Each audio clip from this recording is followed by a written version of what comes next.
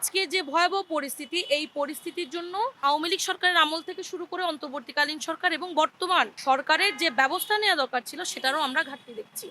স্পষ্টভাবে বলে দিতে চাই, এটা কোনোভাবেই গাফিলতি হিসেবে দেখা যাবে না।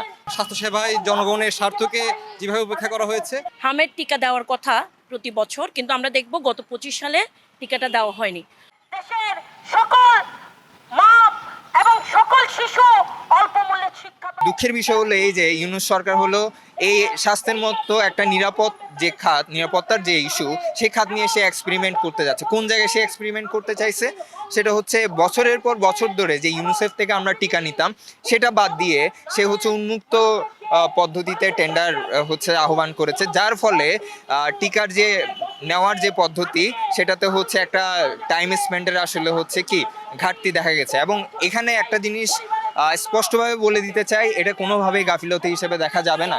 হামে আক্রান্ত হয়ে শিশুরা একের পর এক মারা যাচ্ছে। এখন পর্যন্ত 300-350-র উপর শিশু মারা যাওয়ার রেকর্ড আসলে পাওয়া যাচ্ছে।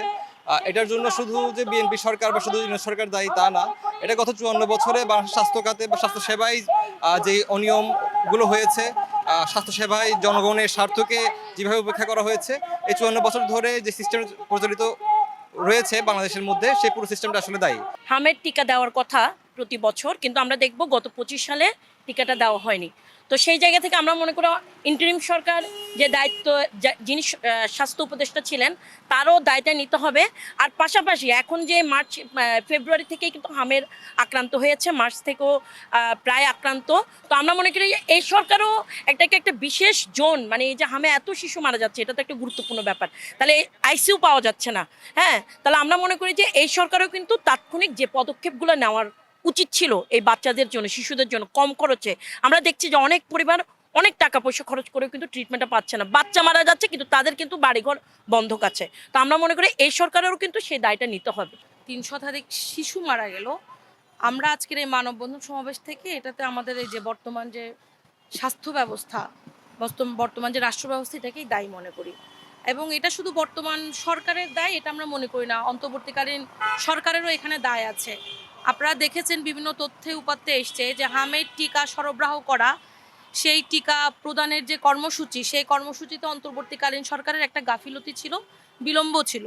আমরা দেখেছি ইউনিসেফ অনেক আহ্বান করেছেন যে এটার যে ভয়াবহতা, ভবিষ্যতের ভয়াবহতাও তুলে ধরেছিলেন, কিন্তু আমরা দেখেছি এটার যে তৎপরতা অন্তর্বর্তীকালীন সরকারের আমল থেকে সেটা ছিল না। আমরা যদি তারও অতীতে যাই, আপনারা আজকে প্রথম আলোতেই দেখবেন 2023 সালের একটা প্রতিবেদন এসছে যে আমাদের দেশে যে হামের যে টিকা, 65% শিশু এই টিকার বাইরে থাকছেন। তাহলে এই টিকা যে শুধু শহরে না, মফস্বল গ্রাম পর্যায়ে হামের যে ভয়াবহতা সেটা তুলে ধরে সেই ক্যাম্পেইন যে কর্মসূচি যেটা চলমান ছিল সেটা দিন দিন কমছিল, এবং শিশুর যে পরিমাণ শিশুর টিকা পাওয়ার প্রয়োজন ছিল সেটাও দিনে দিনে কমছিল।